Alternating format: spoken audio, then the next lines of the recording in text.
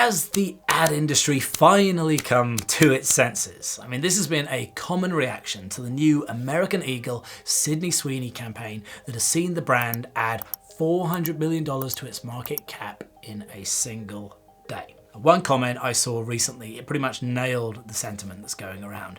This guy said, marketing rejected this format somewhere in the 80s and then spent 30 years and roughly $30 trillion before going back to the blindingly obvious.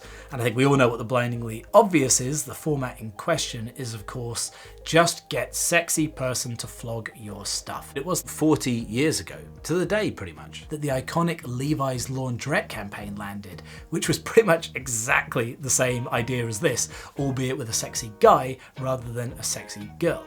Now, this is in contrast to the holier-than-thou purpose marketing that has come to dominate the industry and, according to the theory anyway, completely destroy its effectiveness. But look, is this really what is actually going on here? I'm not so sure. What you're going to see by the end of this video, I think, is that this campaign contains a universal lesson, not just for advertising, but for business in general. At first glance, the evidence for this whole advertising returns to what actually works theory actually does have legs. After all, this comes hot on the heels of the much reviled Jaguar brand film, the absolute zenith of purpose marketing and the spiritual opposite to this Sweeney ad, frankly, which coincided with a huge rise in negative sentiment for Jaguar and a 97% sales drop, which I should add was not actually specifically because of the ad, but it sort of didn't help and it wasn't a good look. So here we have like American Eagle with its like plus 400 million market cap, and we have Jaguar with its 97% sales drop, and the moral of the story would seem to be pretty clear, wouldn't it? Hot bod, make money. It's easy, this game, right? But, maybe it isn't that easy. Maybe it isn't that simple. The real reason this ad is killing it and the Jaguar ad didn't has little to do with the content itself. Instead, it is this: novelty. In 2025, the American Eagle ad is novel.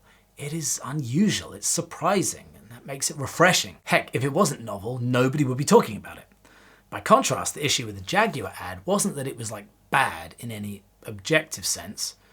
I mean, okay, it was kind of bad, but still. No, the issue was really that it was 5 years too late.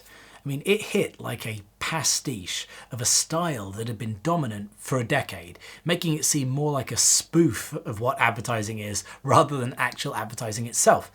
You see, what people like the commenter who said that this new campaign is a return to what works forget is that once upon a time, it was ads like the Sweeney one that were the pastiches. I mean, I remember growing up that The Simpsons was lampooning this kind of thing all the time in their like Duff beer ads. Yeah, all right. At that time, this thing didn't work. It didn't have the novelty. It didn't have the cut through. It was just wallpaper. But now, the mid-90s are a hell of a long time ago.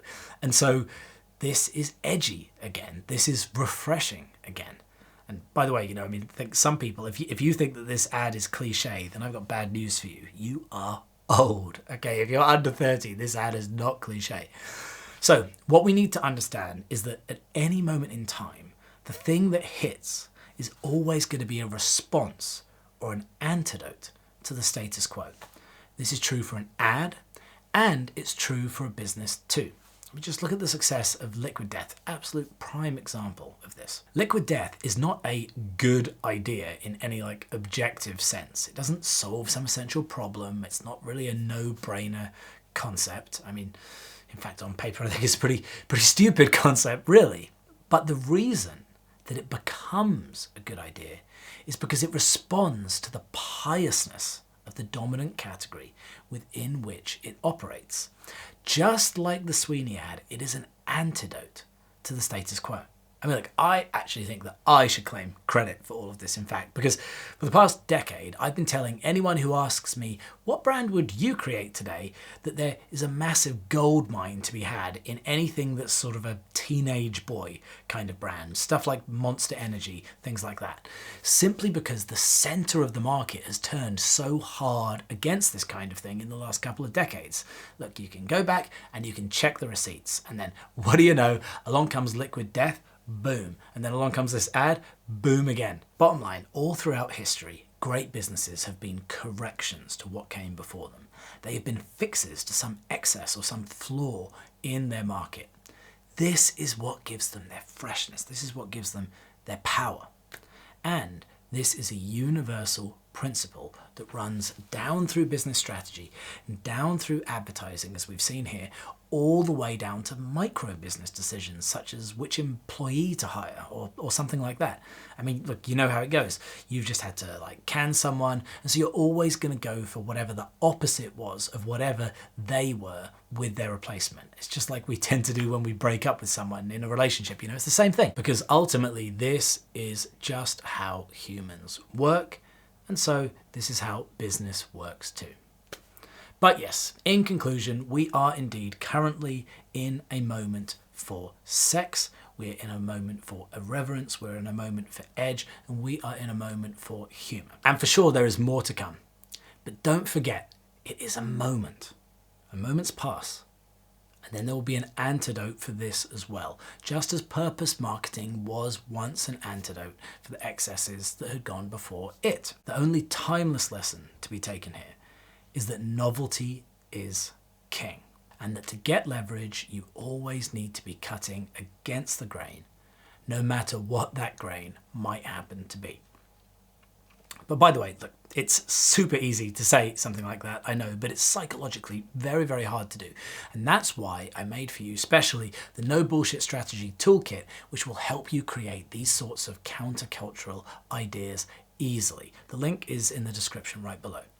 And then, once you've had these ideas, if you want to operationalize them, you need to watch this video right here on turning them into hard, practical innovations that drive real differentiation. This video, it actually features Liquid Death, but it also features 8 other brand examples who are playing this game brilliantly. So check it out.